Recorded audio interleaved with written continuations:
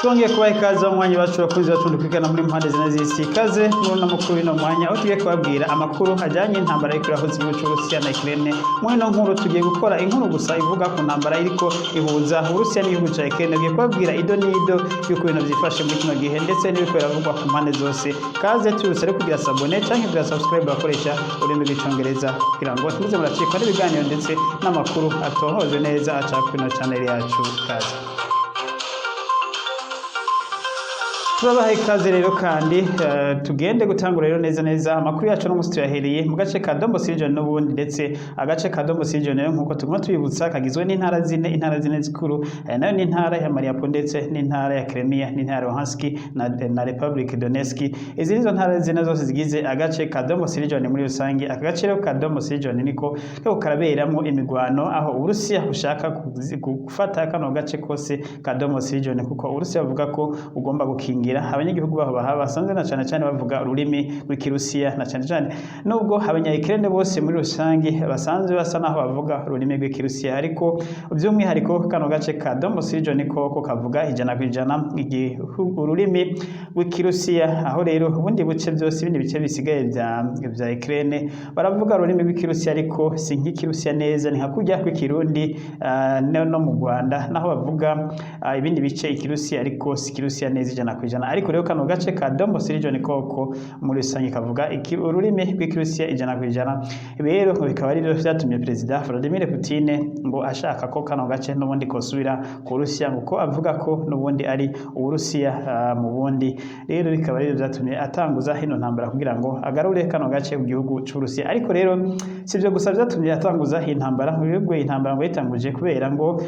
umutekano w'igihugu cy'Urusiya ngo warugeramiwe ngo ibigwanisho bivuye mu burengerazuba bw'isi, aho bagiriza Perezida Zelensky ko yaratanguye kuzana ibigwanisho byo mu burengerazuba bw'isi ndetse bakamwagiriza ko ngo yariko akora nk'uko abanazi bakora mu ntambara ya kabiri y'isi yose ndetse bamwagiriza ko ari umunazi. Ibi rero nivyo biri mu byatumye Perezida Vladimir Putin atanguza intambara hagati yewe na Perezida Zelensky asanzwe atwara Uburusiya. Turakomeza nano makuru.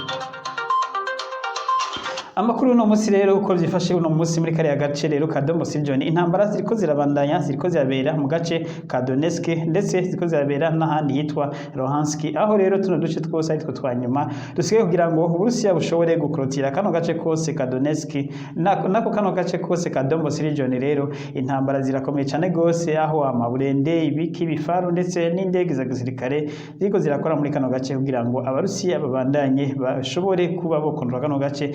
Ndetse ko Uburusiya bwasutseho abandi basirikare benshi cyane gose ibihumbi n'ibihumbi by'abasirikare bongiye kongerezwa muri kano gace kugira ngo bafashe abari bahasanzwe kugira ngo bashobore kugarura kano gace. Aho boneka ko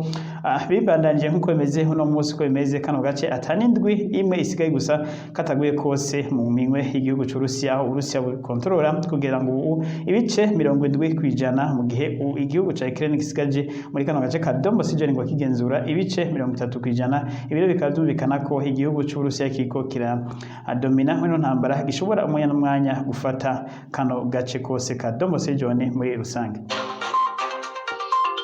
Tubandanye rero n'amakuru avuga muri kano gace rero ubu rero hoho inyuma yaho hari amazi imisi hamenyeshejwe amakuru yavuga ko ngo basirikare b'Abarusiya ngo bamwe bariko baranka kugenda mu ntambara ngo bariko baranka ndetse gukurikiza amategeko ngo yaba batwara ngo muri no ntambara ngo kubera bamwe ngo babona ko atampamvu Uburusiya bwari bukwiye kuja kugwana hino ntambara mu gihugu ca Ukraine. Amakuru ariko rero ntigezwe yemezwa n'igisirikare cy'Uburusiya ndetse n'abategetsi b'Uburusiya ntibigeze bemeza ko hoba hari abasirikare bagaragaje kumvira amategeko yabasheje wabo. Ubu rero ngo zoba zahinduye imirisho. Tugaruke muri Ukraine ngo zoba zahinduye umurisho, ibi ngo zoba byashitse muri Ukraine. Ni muri ano makuru turababwira uko byifashe.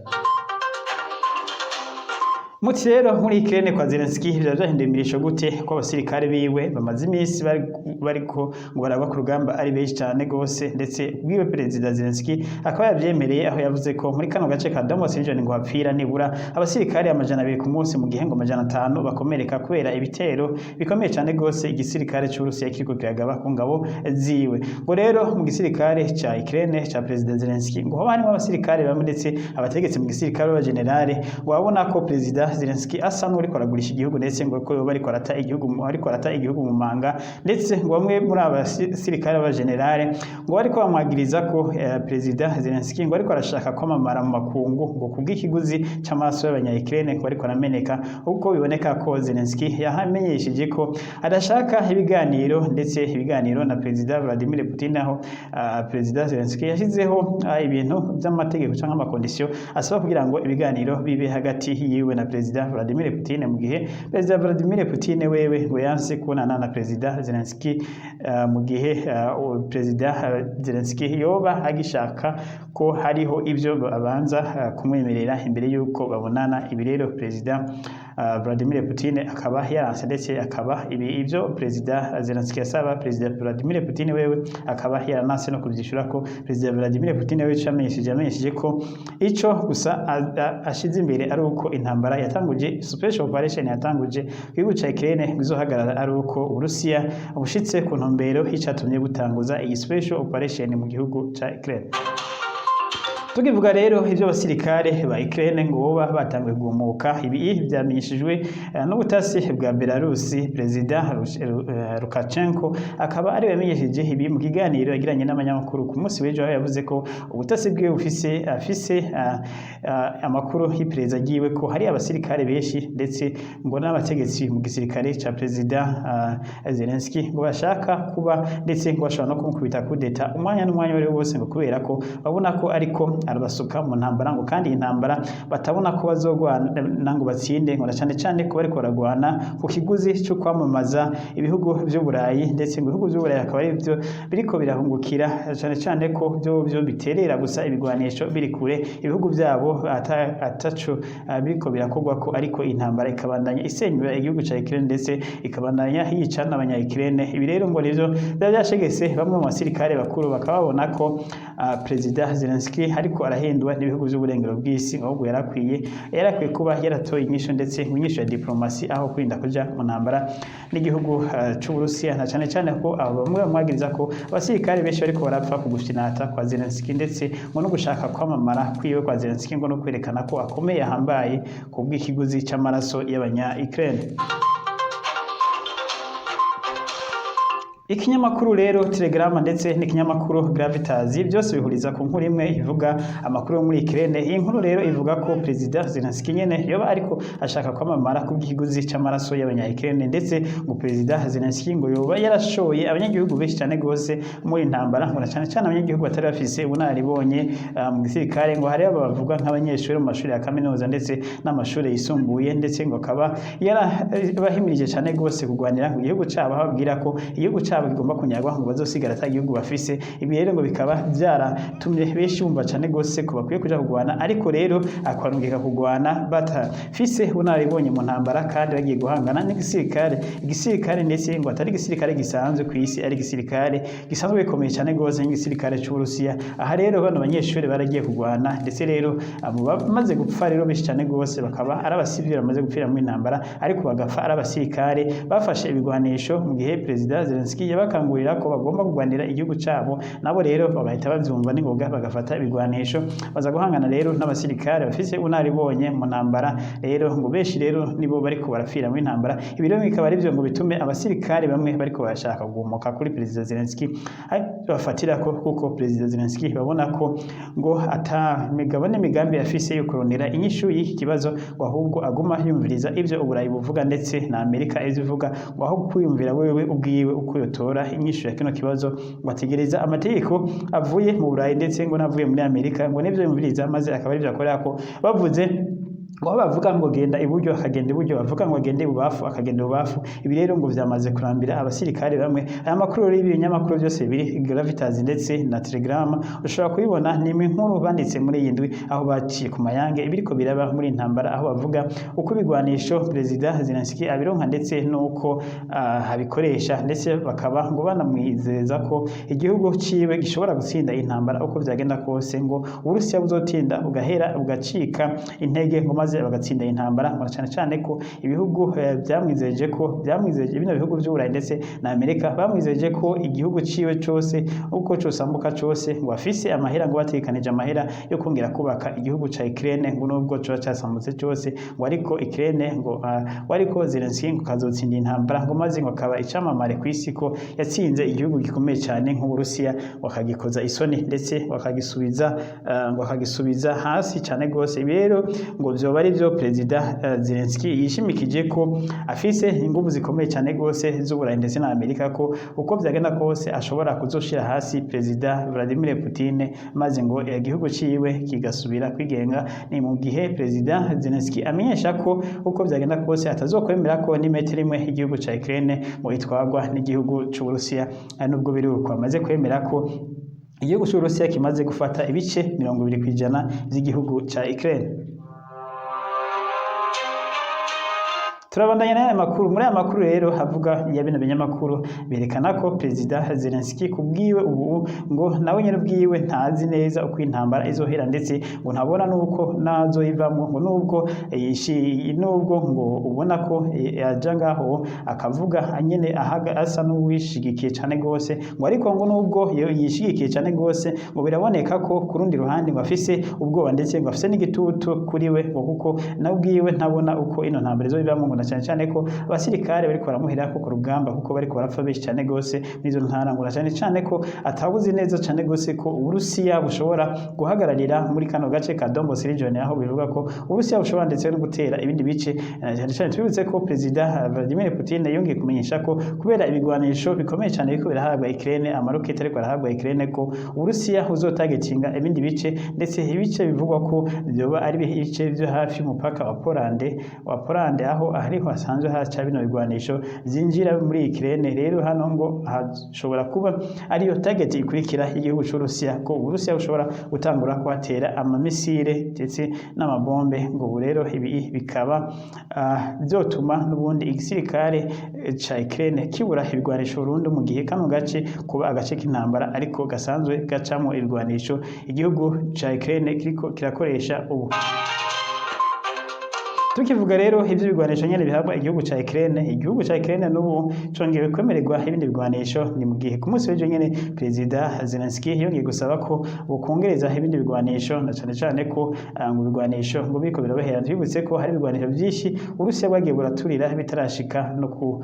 naho bavyakira abasirikare ba Ukraine ngo babikoreshe na cyane rero byinshi biriko biraza bimwe abasirikare ba Ukraine ntibazi kubikoresha ariko rero nuko harimo abacangiro benshi cyane gose muri Ukraine harimo abanyamerika n'abanyaburayi bari muri kino gisirikare ca Ukraine bariko barafasha Zelensky ariko nubwo biruko biboneka ko Zelensky ngo ataco asha ariko arokora ngo ahubwo rero bino binyamakuru byose birangiza inkuru yazo bivuga ko Perezida Zelensky ubwiwe ariwe yaratwiye gufata ingingo nka Perezida wa Ukraine maze agatora inyishu ndetse akaja hamwe n'abamufasha kuyobora bavuze ko yoja hamwe na minisitiri wa mbere ndetse akaja hamwe n'umukuru w'igisirikare maze bakiyumvira ukuntu busaba Uburusiya bakaja mu biganiro ngo batadaditse kugira ngo intambara ihagarare kuko ngo bino binyamakuru byose bihuriza hamwe kuko ngo kuba Zelensky yiyumvira ko ashobora gushira igisirikare c'Uburusiya hasi igisirikare c'Uburusiya kikamunamira kikamwemerera ko yatsinze ngo ivyo bikuri cyane gose ngo ndetse bino binyamakuru byose bihuriza ko intambara nubwo mara imyaka irenga 5 ko Uburusiya budashobora kwemera ko bwotsindwa n'igihugu ca Ukraine ndetse ngo nubwo byoba bikomeye gute ngo igihugu c'Uburusiya kiriteguye gukora ibishoboka byose cyane gose nkuko bivugwa n'abategetsi b'Uburusiya ngo kiriteguye gukora ibishoboka byose kugira ngo kiguhane intambara gushika ku mwisho ndetse ngo bishobotse kitsinde ariko kino igisirikare c'Uburusiya ngo nicemera gutsindwa ahubwo iyi ntambara ngo nibura muzopfuma irangizwa n'ibiganiro ndetse byumvikanwe ko na bose ngo ariko kuvuga ko igisirikare c'Uburusiya gishobora gutsindwa kubera intambara ngo ivyo bikurikirane gose nkuko bibandanya bivugwa na bino binyamakuru byose Gravitas ndetse na Telegram byose byandikira mu burengerazuba bw'Uburayi. Ibi rero ibindi biko biravugwa muri zino nkuru nyene nuko Perezida Vladimir Putin yongeye kumenyesha ko yiteguye ngo ariko kugira ibiganiro ariko ibiganiro bifise intumbero ngo atari ibiganiro ngo byo kubeshanya ariko ibiganiro bifise ico vyerekeza ko Perezida Vladimir Putin yavuze ko imiryango icuguruye. tukivuga rero ivy'intambara hari ubwoba ku munsi w'ejo cyane gose mu Burusiya ko ngo nako muri Amerika ko Uburusiya bwagomba kugara ambasade yabwo i Washington DC ndetse akaba yo isigaye ikora kuko hayane makansera yo yose y'Uburusiya asa nuko yugawe. Ibi rero akaba umudiplomate canke umambasaderi aserukira igihugu ca Amerika mu Burusiya akaba yamenyesheje ku munsi w'ejo ko Uburusiya butohirahira ngo bwugare ambasade yabwo i Washington ngo kuko nubwo intambara iriho ihuza ibihugu vya Ukraine n'Uburusiya ngo inzira ya diplomasi ngo iracakunda rero ngo ntabwo Uburusiya ngo muri kino gihe ngo ca imigenderanire na Amerika aho bivugwa ko aho yavuze ngo kuva intambara ya kabiri yahera y'isi ngo ntabwo Uburusiya ngo byigeze vyanka ko buganira na Amerika ngo nubwo haba ari mu bihe bikomeye ndetse akamenyesheje ngo no mu ntambara y'ubutita inyuma y'intambara ya kabiri y'isi yose ngo Amerika ngo n'Uburusiya ngo bagumye baganira ngo ambasade yagumye yuguruye ngo n'ubu rero asaba ko Uburusiya butohirahira ngo bugare ambasade yabwo mu gihugu ca Amerika. Ibi rero bisigura ko igihe Uburusiya ngo kugara ambasade yabwo mu gihugu ca Amerika ko bushobora gusaba nabwo ambasade ya Amerika iri i Moscow kugara kumva akabatekereza abakozi babo. Rero umu ambasaderi nivyo yoba yariko arashaka ko bitoba kubera na cyane cyane usanga kenshi mu ambasade ariho hakorera abatasi. Nk'ubu rero ushobora gusanga abatasi b'abanyamerika bakorera muri ambasade ya Amerika iri i Moscow. Ibi rero hamwe ambasade bayugaye bikaba bitoborohera gusubira gukoresha kuronka uburyo bakoresha kuko ata biro baba bafise i Moscow. Tubandanye nene n'amakuru. Igihugu c'Uburusiya kandi cyatangaje ibihano ku bandi bategetsi nibura bashika 55 ba Amerika bafata ibihano bushasha. Twibutse ko hari abategetsi nibura ubu bagera ku 150 bo muri Amerika ndetse n'abadandaza barimwo bafatiwe ibihano. Muri abafata ibihano byo kudahonyora burundu ndetse ku butaka bw'Uburusiya harimo Perezida Joe Biden ndetse akabamo n'umuvugizi wa leta Amerika ndetse n'umukuru w'igisirikare General Austin nawe akaba arimo bafata ibihano ndetse n'umukuru wa Facebook Mark Zuckerberg akaba ari ku rutonde n'abandi benshi nk'uwahoze ari Perezida Bill Clinton ndetse n'umudamu we wahoze ari Secretary wa Amerika Hillary Clinton abo bose bakaba ari ku rutonde gusa. Ariko icatangaje abatari uriko bafata ibihano Perezida wahoze atwara igihugu ca Amerika nako Trump ntari kuri rutonde ntari bafata ibihano ndetse ubundi atariko n'ikigera cyo kw'igihugu Kamala Harris nawe nyene ntari kuri rutonde ntari mu bafata ibihano ndetse ubundi atariko ni Perezida Obama yahoze atwara Amerika. Abo bose ntibari kuri rutonde bafata ibihano ariko abandi bategetsi bose abashikiranganje n'abadandaza benshi cyane gose bo muri Amerika barafata ibihano byo kutongera guhonyora mu gihugu c'Uburusiya. Ibi rero Uburusiya bikaba bwabigize nabwo inyuma yaho abategetsi benshi nabo Uburusiya abadiplomate benshi b'Uburusiya n'abafata ibihano byo kutongera guhonyora ku butaka bwa Amerika. Ibi rero Uburusiya bukaba bwabigize nko kwihora ku byo Amerika yakoze. Naha rero tuciye turangiriza inkuru y'ibiko biravugwa muri kariya karere ko twibutsa ko intambara ziriko zirabandanya mu gace ka Donetsk ndetse na Luhansk ariho imigwano ikomeye cyane ko Uburusiya ubushaka gufata kano gace ku nguvu vyanka vyakunda. Ukraine nayo ikaba iriko igerageza kukarinda mu gihe igerageza kukarinda ndetse ikoresheje navyo bigwanisho bishasha bashobora baheruka guhabwa n'abanyamerika. Mwakoze rero mugire share ndetse na like na comment mugire ico mubivuze ko kuri aya makuru avuga ko abasirikare ba Perezida Zelensky boba bashobora kumuhirika umwanya n'umwanya bakamukura ku butegetsi kuko babona ko atariko atora inyishu ya kino kibazo gihanze igisirikare c'Uburusiya ndetse n'igihugu igisirikare ca Ukraine nako muradutunga ndetse n'igihugu ca Ukraine muri rusange aho abanyagihugu bariko barapfira mu ntambara benshi ndetse n'abasirikare bakaba bariko barapfa ku bwinshi. Ariko bikaboneka ko Perezida Zelensky wewe atanyishu afise aho ngo ategereza amategeko avuye mu burengerazuba bw'isi ivyo akora byose hari ivyo baba barinze kumubarira. Ibi rero bikaba ngo byarashabuje abajenerali bamwe bo mu gisirikare ndetse ngo hari imigambi yo gushaka kumukubita kudeta. Twibutse ko Perezida Zelensky nyene amaze kwirukana abajenerali babiri mu gisirikare ndetse wabapfunzwe nabo bakaba bo baragirijwe ko bari bafise imigambi canke boba barakorana n'igihugu c'Uburusiya mu ibanga ntangere bagaha amakuru y'ibanga igihugu c'Uburusiya. Rero barafashwe rero ubu bari ku buhoho boba ari benshi cyane gose mu gisirikare ciwe ca Perezida Zelensky batumva kumwe imigambi yiwe yo kubandanya yemera ivyo Uburusi yemera ivyo abo mu burengerazuba bw'isi basaba na cyane cyane Amerika, aho Amerika yamenyesheje ko igomba gukora ibishoboka byose igakoza isoni Uburusiya ndetse igahimiriyetinga Perezida Vladimir Putin kugira ngo asubire hasi ndetse igihugu ciwe c'Uburusiya gisubire hasi. Ariko rero bikaba biboneka ko biri kure cyane gose kuba basubiza igihugu c'Uburusiya hasi, ndetse na Perezida w'Ubufaransa Emmanuel Macron yaramenyesheje ko kwiyumvira guhimiriyetinga canke